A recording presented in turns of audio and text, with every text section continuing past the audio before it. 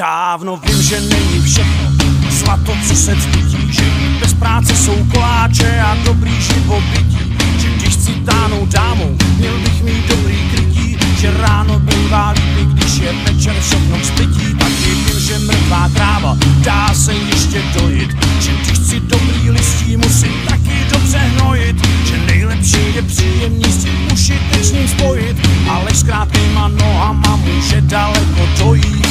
Tohle všechno vím, tak řekni mi proč. Proč pocit máš, že hraju v blbým filmu hlavní roli? Proč pocit máš, režisér žije světej až tom poli? Proč pocit máš, kulisy taky nejsou žádná sláva? Proč pocit máš, kamera občas sama vynechává? Proč pocit máš, že stádo volů vzali do komparzu? Proč pocit máš, že scénář napsal asi někdo z Marsu? Proč pocit máš, že tenhle thriller je fakt neprodejnej? Proč pocit máš, že se tu točí pořád příběh stejný?